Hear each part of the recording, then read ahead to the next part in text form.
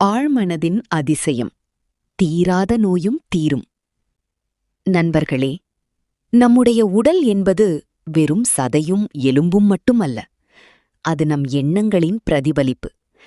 மருத்துவ உலகமே கைவிட்டாலும் உங்கள் ஆழ்மனது நினைத்தால் எப்பேற்பட்ட நோயையும் குணப்படுத்த முடியும்.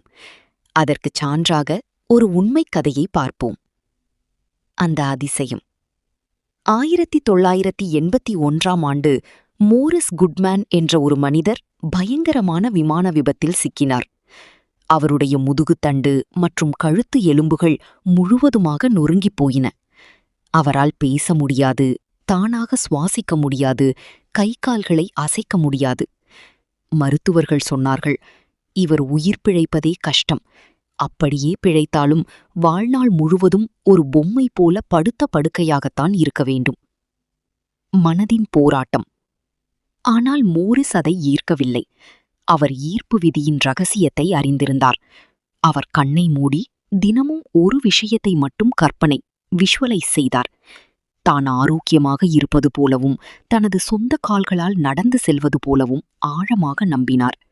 அவர் இதயம் துடித்தது. அவருடைய ஒரே நோக்கம், நான் குணமடைந்து விட்டேன் என்பது மட்டும்தான். மீண்டு வந்த மனிதர். சுற்றியுள்ளவர்கள் என்ன சொன்னாலும் அவர் காதில் வாங்கவில்லை.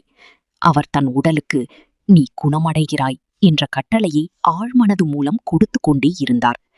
சில மாதங்களில் அதிசயம் நடந்தது. மருத்துவர்கள் வியந்து பார்க்கும் வகையில் அவர் மெல்ல மெல்ல பேச ஆரம்பித்தார். பிறகு எழுந்து அமர்ந்தார்.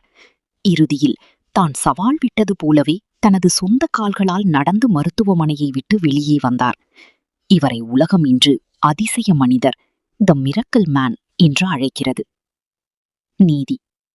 உங்கள் நோய் எவ்வளவு பெரியதாக இருந்தாலும் சரி, எனக்கு இந்த நோய் இருக்கிறது என்று திரும்ப திரும்ப சொல்லி அதை வளர்க்காதீர்கள். அதற்கு பதிலாக, நான் முழு ஆரோக்கியத்துடன் இருக்கிறேன், பிரபஞ்சம் என்னை குணமாக்கிவிட்டது என்று முழு மனதோடு நம்புங்கள்.